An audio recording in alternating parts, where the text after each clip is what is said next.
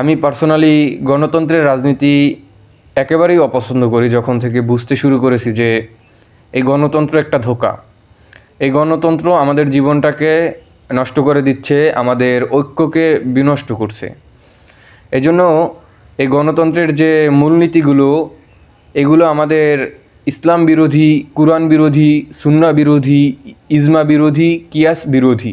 সমস্ত আলেম ওলামায়ে কেরামের সম্মতিক্রমে এই গণতন্ত্র, এটা যে মূলনীতিগুলো বা গণতন্ত্রের যে কিছু ধারা, এগুলো একেবারে সম্পূর্ণভাবে ইসলামের সাথে সাংঘর্ষিক। যেমন আল্লাহর তাওহীদ, রাসূল সাল্লাল্লাহু আলাইহি সাল্লামের রিসালাত, একত্ববাদ, আল্লাহ রাব্বুল আলামিনের, এই সমস্ত বিষয়ে গণতন্ত্র আর ইসলাম সম্পূর্ণ ভিন্ন। যাতে ইসলামের সাথে গণতন্ত্রের কোনো মিল নাই, সুতরাং কোনো মুমিন গণতন্ত্রকে পছন্দ করতে পারে না, এটাই হলো আসল।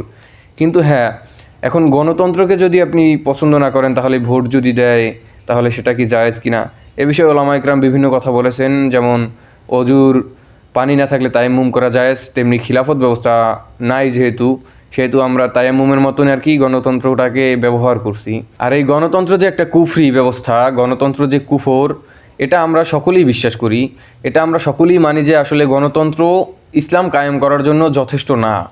গণতন্ত্র দিয়ে ইসলাম কায়েম হচ্ছে না, আর হবেও না। একমাত্র ইসলামের যে শাসন ব্যবস্থা সেটা হলো খিলাফা ব্যবস্থা।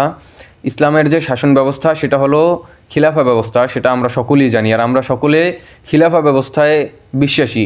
রাসূল সাল্লাল্লাহু আলাইহি ওয়াসাল্লামের যে এই শাসন কার্যের যে বিধিবিধানগুলো, নিয়মগুলো, সেগুলি আমরা কিন্তু মানি এবং সেগুলোতে আমরা বিশ্বাসী।